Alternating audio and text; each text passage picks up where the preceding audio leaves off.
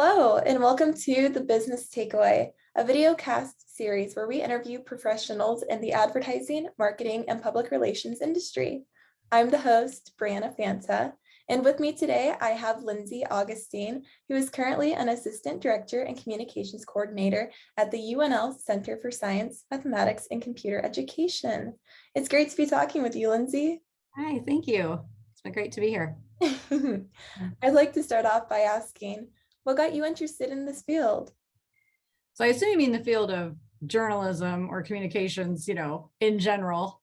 I started out in the newspaper business, which has changed drastically from when I was in it. But I'm just a very curious person, and I'm a very precise person. So reporting and editing and asking people questions, learning their story, and then being able to distill that down and translate that to the general public kind of sums up all the things I like to do. So what was your education? Where did you go to school? What was your degree exactly? So I went to the University of Nebraska-Lincoln for both my master's, bachelor's and master's. My bachelor's degree was in news editorial, which is now just called journalism. And it was at the time, very just print focused. I didn't, at the time we weren't, taking broadcasting courses or advertising courses as well. And then my master's is in marketing, communication studies, and advertising. And they have since changed that program at UNL as well. I think it's called integrated media communication now, but I think I was the last graduate from the MCA program.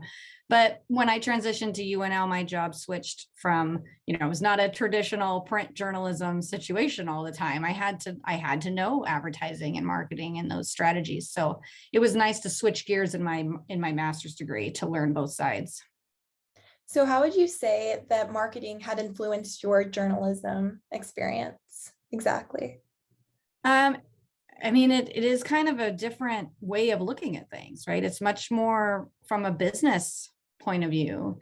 And working at a university that is sort of a nonprofit in a way, it's a little harder to track things like ROI and what exactly are the measurements that you can tell if something's working or not. It's much harder, right? It takes a lot more and a lot more people. And it's difficult. It's not as straightforward as you'd like it to be, right? There's a lot of things you just kind of have to try and see what do you get a response from and just keep adjusting as you go. So how would you describe your career path since college? So I did work at the Lincoln Journal-Star for a long time in sports copy editing and designing.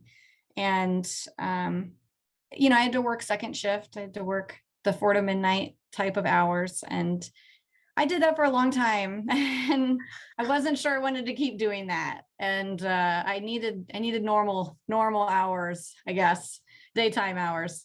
So I was very interested in events and planning events and conferences. And so I worked for a few years at the Embassy Suites in Lincoln in the sales and catering office, just kind of learning that side of things, which was the hospitality industry was very fun. It was really cool. And I was glad that I got some experience learning that.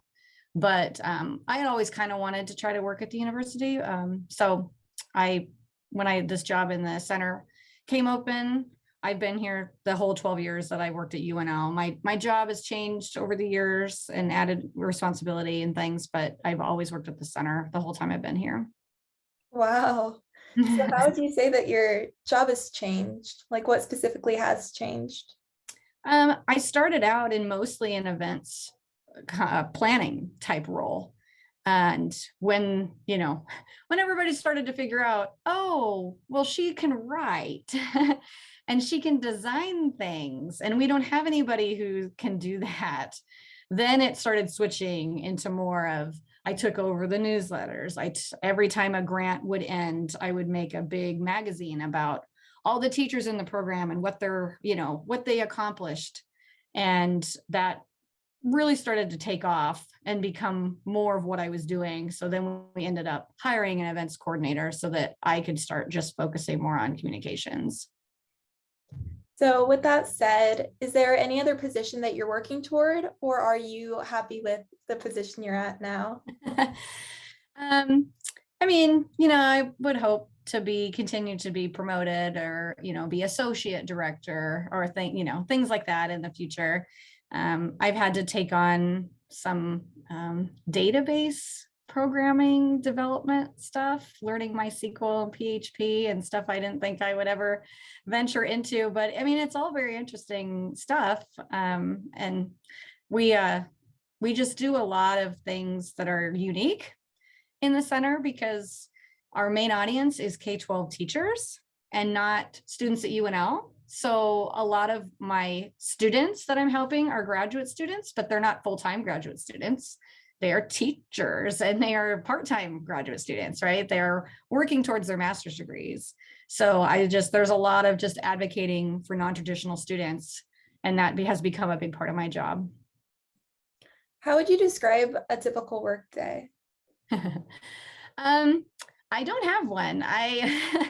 My day is different every day, which is, I think, why I like working here, that I kind of have a sense of the things that like have to get done when I come in, but I get anywhere from, 50 to 150 emails a day. So, a good percentage of those are a problem or a challenge, or somebody needs something right now, drop everything you're doing and solve this problem.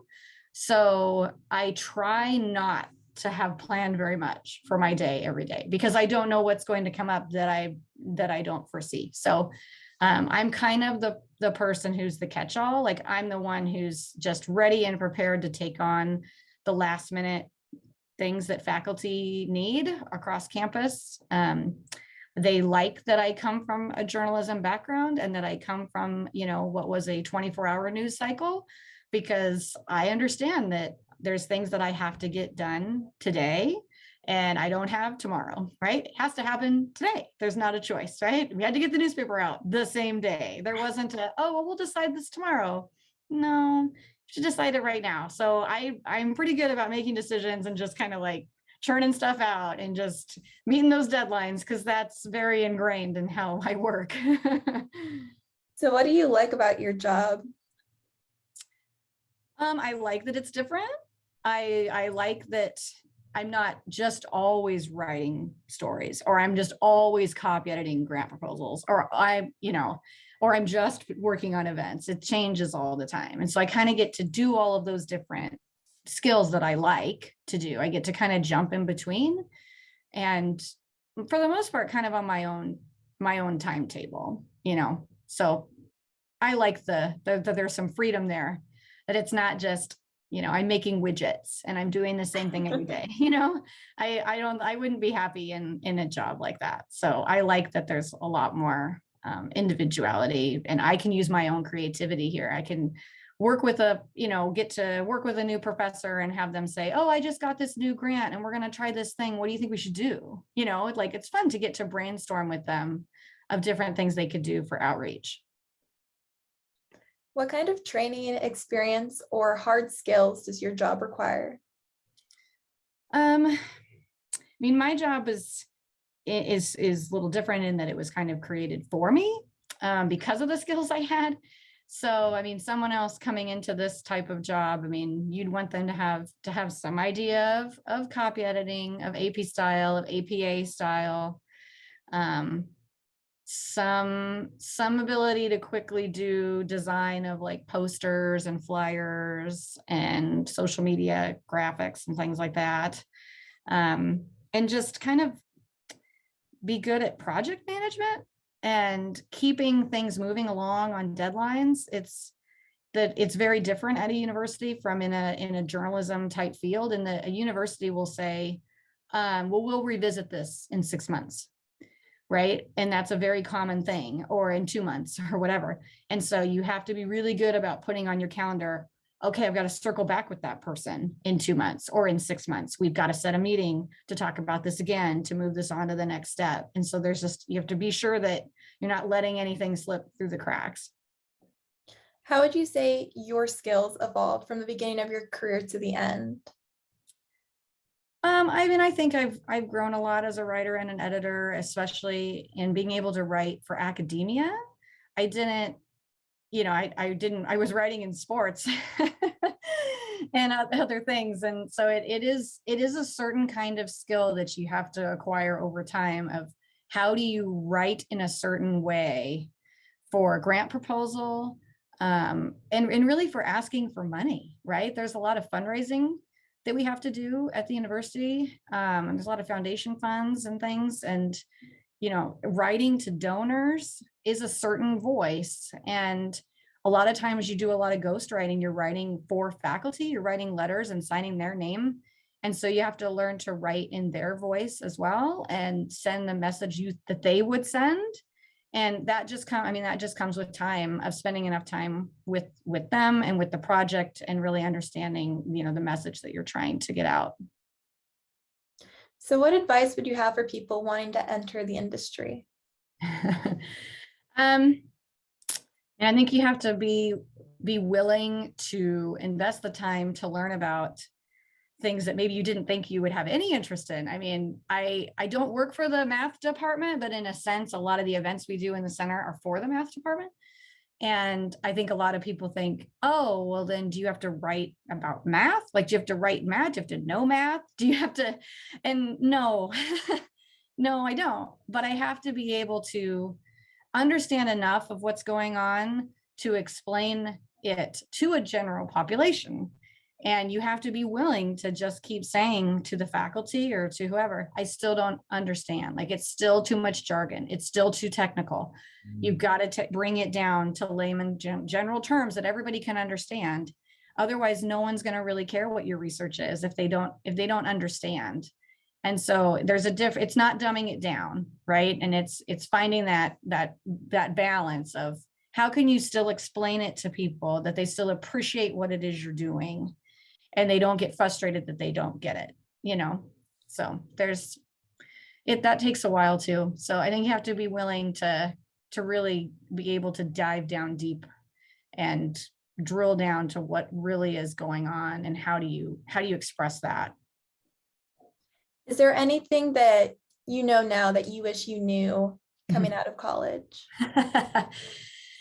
Well, I mean, they can't really prepare you for things that don't exist at the time, right? Like, social media did not exist when I went for my bachelor's. So that has been a very hard thing for me to learn and pick up and understand the point of, because it's just not, it's just not my generation. So I rely heavily on student workers and people who that is part of just their normal, how they communicate. Right. And so what are those best practices? What does that look like? What do people respond to? Because, what I respond to at my age is not what a current college student might catch their eye, right? It could be something different. So I'm all about trying to get as much input and feedback from different perspectives as I can, because I realize that not everybody is going to be, I'm not always going to catch the attention of the right person, of the person I really want. So. And how do you go about getting that attention that's needed? Yeah, I mean, I'm lucky that a lot of the teachers, the K-12 teachers, are kind of my age. So I get them a little better. But I mean, I just think as much as we can do of telling personal stories of the students who are in our programs or did get one of our scholarships, and having things speak through their voice is a lot more powerful than me saying, hey, this is a really cool program, you should check it out. Right. And that's the same way with all the magazines that I make about the grants and about the teachers. I want the teachers to tell other teachers, this was a really rewarding experience and you should do it too.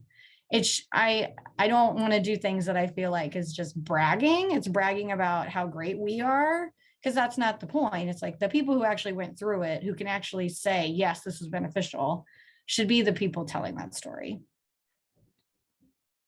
All right. And to close out, is there anything else about your journey that you'd like to share?